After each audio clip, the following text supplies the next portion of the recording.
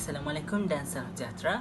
Kami dari kumpulan 11 yang terdiri daripada Nur Azizah, Amira Natasha, Siti Zulaika, Amir Aiman, Anir Raihan Izzati, Muhammad Haikaruddin, Muhammad Nazrul Hakimi, Nur Hafiz, Nur Hidayah dan Long Fang Ting akan mempersembahkan slide berkenaan dengan teori pemasaran sosial.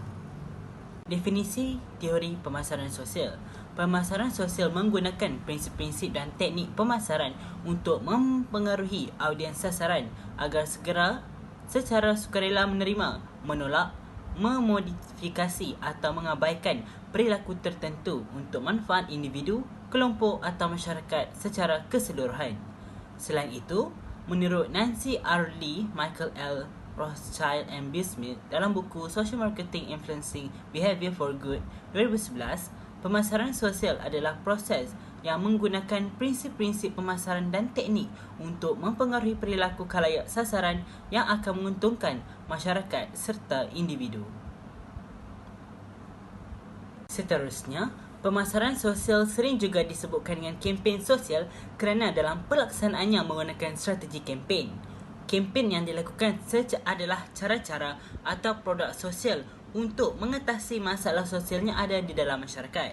Menurut Roger and Story dalam Venice 2004, mendefinisikan kempen sebagai serangkaian tindakan komunikasi yang terencana dengan tujuan menciptakan efek tertentu pada sejumlah besar khalayak yang dilakukan secara berlanjutan pada kurun waktu tertentu.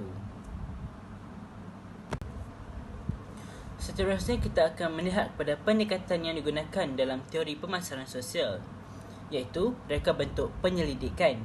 4 matlamat dekat iaitu near goal yang hendak dicapai iaitu menggunakan teori sedia ada, menggunakan teori reka bentuk penyelidik membujur untuk menilai program, mengaplikasikan proses pengenalan teori dan menyampaikan tahap penggunaan teori yang kukuh. Yang kedua iaitu membina teori pemasaran sosial. 3 matlamat jauh iaitu far goal hendak dicapai melalui meluaskan fokus teori melangkaui teori dominan yang sedang digunakan, membina teori pemasaran sosial dan membina teori yang menjelaskan mengapa orang tidak berubah. Yang ketiga iaitu inovasi metodologi. 3 matlamat jauh iaitu far goal yang hendak dicapai iaitu menggunakan metodologi penyelidikan dinamik, meluaskan teori untuk memahami perubahan yang diingini dan tidak diingini serta meningkatkan replikasi. Pendekatan yang kita boleh lihat lagi iaitu mengaplikasikan teori proses identiti, menunjukkan perbezaan dan kontra teori dengan mengumpulkan data empirikal untuk mengetahui kehebatan. Yang seterusnya, menggunakan kaedah longitudinal, iaitu kaedah ini memberi kefahaman tentang tingkah laku yang dipengaruhi oleh budaya dan membantu masyarakat untuk mengikut trend media yang terkini. Kita lihat kepada contoh kempen pemasaran sosial. Kempen yang dilakukan oleh syarikat Apple yang menggunakan hashtag short on iPhone dapat mempromosikan jenama mereka melalui kandungan gambar, video dan lain-lain. Perkara ini menunjukkan bahawa Apple menghargai pelanggan mereka dengan melibatkan mereka secara langsung dan peribadi di akaun rasmi Apple apabila mereka mengambil gambar yang kreatif dan menarik. Secara tidak langsung, pengguna dapat membuat pertimbangan jenama yang mereka sukai kerana cara promosi yang menarik dengan yang biasa sahaja. Terdapat beberapa penambahbaikan terhadap teori pemasaran sosial yang kita boleh kemukakan. Antaranya menggunakan kaedah pemasaran sosial yang lebih relevan. Pemasaran sosial sewajarnya menyusun dan strategi dengan memahami kumpulan sasaran. Contohnya kita dapat lihat bagaimana kita menyelesaikan isu rokok di kalangan rakyat.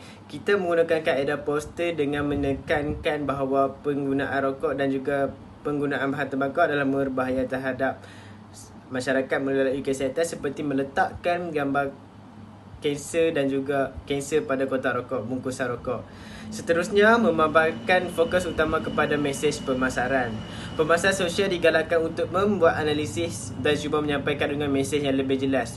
Kita boleh lihat daripada contohnya isu COVID, seperti kita melihat data-data yang dikemukakan oleh pengamal-pengamal media melalui data yang dapati daripada KKM ataupun daripada Kementerian Dunia menyusun agar supaya wabak ini dapat dikurangkan dan juga keberkesanan daripada manusia itu dijangkiti. Akhir sekali menggunakan saluran media yang berkesan. Menggunakan saluran media sosial untuk mempromosikan iklan merupakan salah satu alternatif terbaik yang boleh digunakan pakai pada hari ini. Sebagai contoh, kita ambil penggunaan Facebook, Instagram, Twitter. Ketiga-tiga ini merupakan media sosial utama yang sering kali digunakan oleh kesan daripada pemasaran sosial ini, kita dapat lihat bagaimana sesebuah pemasaran itu mampu mempengaruhi tingkah laku pengguna. Antara tujuan utama mengekalkan matlamat untuk mengatasi beberapa isu, terutamanya isu mengenai kesihatan dan alam sekitar melalui pemasaran iklan, walaupun mustahil untuk mengubah persepsi masyarakat. Sebagai contoh, industri yang mendapat tempat dalam pemasaran sosial seperti industri tembakau dan industri makanan. Sebagai contoh, kita dapat lihat di sebelahnya poster tak nak merokok sebagai salah satu inisiatif yang dilakukan oleh kerajaan ataupun Kementerian Kesihatan Malaysia untuk mengurangkan kadar penggunaan tembakau di kalangan rakyatnya. Selain itu, kesan daripada pemasaran sosial mendapatkan jurang sektor korporat dan juga awam.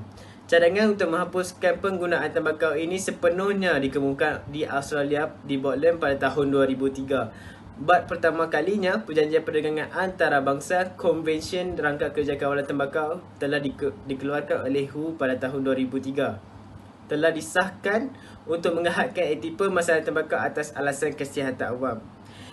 Ini juga meramalkan keadaan masa depan yang menjadikan untuk pemasaran dalam industri lain seperti alkohol jika perubahan tidak berlaku. Pemasaran sosial merapatkan jurang antara sektor korporat dan awam kebajikan dan memahami kedua-dua dunia ini. Ia juga membentangkan penyelesaian. Daripada huraian yang kita dapat lihat ini jelas menunjukkan bahawa kedua-dua sektor sama ada orang awam ataupun kerajaan saling berganding bahu untuk menyelesaikan sesebuah isu. Sebagai isu yang dicontohkan tersebut, huraiannya adalah agar penggunaan alkohol dan juga tembakau dikurangkan. Selain daripada penggunaan makanan yang tidak sihat, kita dapat lihat teori pemasaran sosial ini mampu mengubah tindak tanduk manusia daripada jumlah yang banyak kepada mengurangkan jumlah kadarnya.